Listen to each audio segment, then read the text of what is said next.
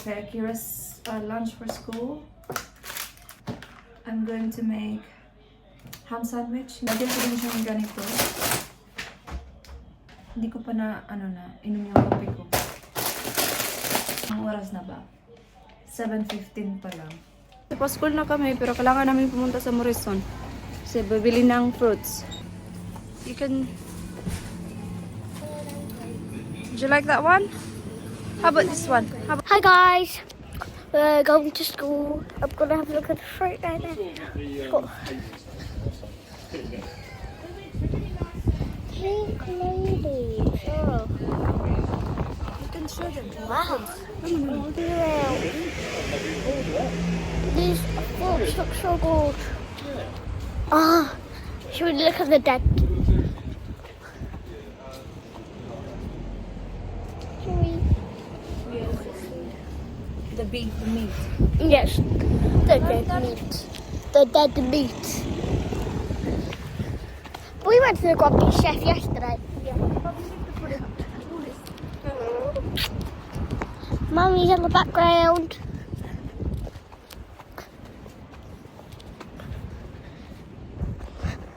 Oh, Olive lives up here. Remember Olive in my school? That used to be my school. But she moved.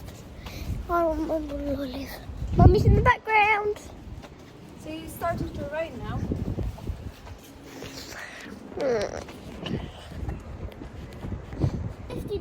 Yeah, so we're on the way to school na. So medyo cloudy. It looks dull. Medyo siya guys, medyo maulan ba, yung parang may drops konti. Pero hindi talaga siya yung mababasa ka. Plus mahangin. Pero I can practice cartwheel. yeah, you can. You wanted to try? Malapit na kami sa school. Si Kira nasa likod lang. Marami din kasing maglalakad talaga pag morning. Kasi good exercise na din. So, nag-drop ko na si Kira sa school. Nandito lang ako sa co-op. Bumili lang ako ng Pringles. Kasi birthday ngayon ng aming chef sa work. Babigyan ko siya ng Pringles. Tsaka bibili ako ng birthday card doon sa work. So yeah, ito lang muna yung... Wala kasi silang card dito. So doon na lang ako sa work. So dalawa yung binili ko. Ito daw yung gusto niya kasi salt and vinegar. I don't have to, pero gusto ko lang siyang bigyan. So yeah. And then, punta siguro ako sa Morrison kasi bibili ako ng something. And then, uwi na. Guys, ayusin na natin yung cellphone. So, pumunta ako sa co-op, pumunta ako sa Morrison. And, nandito na ako nga sa bahay. Hindi naman siya masyadong malamig, pero medyo mahangin ba? Double-double na yung mga suot ko. Lagay ko muna ito sa sala. Bumili ako ng fish. Ito yung i-dinner namin sa Friday. Bumili ako ng pangbaon ni Kira sa school. Itong dunkers. Lagi akong bumibili niyan pero hindi niya kinakain. So, bumili din ako ng tinapay. Kasi toast everyday si Kira, naubos siya. Of course, maubos talaga kasi ginagamit natin. And then, kumuha ako ng fish fingers para din sa kanya. And then, yung aking wet wipes, aking makeup. And then, kumuha ako ng avocado para sa salad. And then, di ba, pumunta kami kanina sa Morrison bago ko siya dinrap sa school. So, kumuha ako ng orange. School, pag mag-break daw sila ba. Ito yung parang snack niya. So, nagkuha ako ng isa, nilagay ko dun sa bag niya. And then, kumuha ako ng mashed potato. And then, dalawang Pringles na pumunta ako sa co-op. Kasi ibigay ko ito sa aking ka-work. Put away muna natin to guys. And then, tayo ay... Oh, bakit mayroon itong sira? May sira siya guys. But anyway, that's fine. Yeah, hindi ko siya nakita. May sira siya. Okay lang. Kasi, may sira siya, pero okay lang yan. Isa lang naman. Alam mo ba, pag pumunta ka sa sa Morrison or sa mga shops dito sa UK ng umaga or gabi, maraming mga sale ng mga pagkain. Kung gusto mo talaga makamura ba, or pag gusto mo ng mga meat or tsaka fish, pumunta ka ng like mga 5 ng hapon, maraming mga fish na sale. Kilala niyo ba si Anakay, di ba? Siyempre kilala niyo yan si Anakay sa Philippines, di ba? Vlogger. So yung kapatid niya guys is nagla-live selling ng mga gold ba? Nakamay na naman ako ng gold nung weekend ata yun. Nakamain ako ng kwintas na 18K. So yeah. Di ba kasi naman magbili-bili tayo ng mga walang value. Bibili ko, maggagastos na tayo na doon na lang sa may value like gold. So anyway, na-share ko lang na bumili ako ng something sa Philippines. So ipapasend ko lang siya doon sa mama ko. So 2 beses na ako nag-order sa kanila. So parang feeling ko nga ayaw ko na manood ng live kasi napapamind talaga ako. So ilagay mo natin to sa fridge.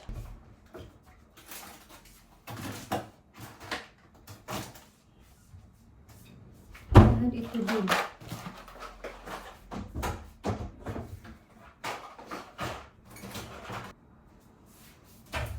Yeah, gusto ko magkape muna ako. Tapos maghugas ako ng mga plato na kinainan namin ni Kira kaninang umaga. Anong oras na ba? 9:30 pa lang. Maaga pa. Mag-vacuum muna ako ng sahig after ko magkape. Kasi yun talaga yung ginagawa ko bago ako papasok sa work. Grabe, ang bilis ng ng oras. Anong oras na? 10 na ng umaga. Hindi pa ako nakakain. So, yung pasok ko is 11:30, but pupunta ako sa work ng mga 11:20. So, hugasan ko na itong mga kinainan namin kanina ni Kira. And, yeah, yun lang naman yung gagawin ko today. 2 hours and a half lang yung pasok ko. And then, bukas, doon ako sa aking 6 and a half. So, I don't know kung mag-vlog ako sa work today. Nakita niyo naman kung paano ako mag-work. So, kung gusto nyo makita, mag-comment lang kayo down below. Char! Siyempre kasi hindi ko alam kung ano yung gusto nyo makita, guys. And, merong nag-comment sa isa kong vlog last week ata yun. Gusto daw niya house tour. Pero, hindi, mahiya man ako eh. Mahiya ako maganyan, guys. Maybe in the future, i-push natin yan pag kaya ko na talaga. Maliit lang naman yung bahay namin, guys. 2 bedroom lang. Siyempre, kung hindi natin nilalanglang lang, no? Okay. 2 bedroom siya. Delete ta. Let's rephrase that one. Yeah, 2 bedroom siya. Pero kahit dito sa UK, guys, kahit 2 bedroom, 1 bedroom, mahal na yung property dito. Kaya,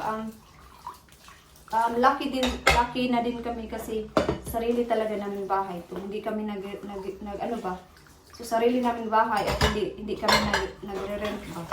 Kasi mahal yung rent talaga dito sa UK. Ay na, may kakilala ako mga nag-rent sila. Grabe yung rent nila is parang mortgage na siya. Kaya hindi siya madali. Kaya papasalamat din ako kasi meron kami sarili. Hindi kami nangungupahan ba. Siyempre, bago din tayo makapag-mortgage is make sure talaga na meron talagang enough kasi hindi naman tayo makaka-mortgage, guys, basta-basta. We need to save up talaga, di ba? Kaya, sa mga nagre-rent ngayon, push nyo lang yan. Makakarating din kayo sa kasi ganun talaga, mahirap din kasi talaga. Hindi din talaga madali yung buhay dito sa UK, sa totoo lang. Kahit nga ako, 8 years na ako dito ha, medyo may mga bagay pa rin talaga na nag-a-adjust pa rin ako. Kaya okay lang yan kung medyo nasa process pa na learning, exploring, ganun lang, okay lang yan. Kasi we will get there, guys. You will get there. Iwan muna natin at tayo magkakape. So, katatapos ko lang mag-work, tapos na yung 2.5 hours. So, alas 2 na. Hangin, o, tingnan nyo. So, on the way home na ako kasi magkakape na naman ako, guys. Kasi nagutom din ako. So, kakain din ako ng lunch. Kita nyo ba yan? Yung aso lang, ang laki. Nakadadako niya ay. Kadadako. So, hapon na, nakauwi na kami. Sinundo ko si Kira sa school. Kakauwi na namin mga 20 minutes ago. And then, bumalik na naman kami sa Morrison kasi mayroon si Kirang gustong bilhin sa Morrison. At sabi ko, sige tara, punta tayo kasi may kailangan din akong bilhin. Kasi hindi ako nakabili kanina ng strawberries. Sabi ko, punta na lang kami. So ngayon is magluluto ako ng dinner kasi mga 2 hours ata tulutuin tong gamon. Ham ba? Magluluto ako ng ham. Pero para lang to kay Kira at saka kay Dave. Kasi hindi ako kumakain ng pork. Siya. So lagyan din siya ng konting tubig at saka ham. Honey. Yun lang. Wala nang honey. Naubos, nagtigas sa ang honey. Natulog si honey. Kasi malamig. So, yun yung... naon ko na yung oven. So, ilagay natin to in 5 minutes. For 2 hours.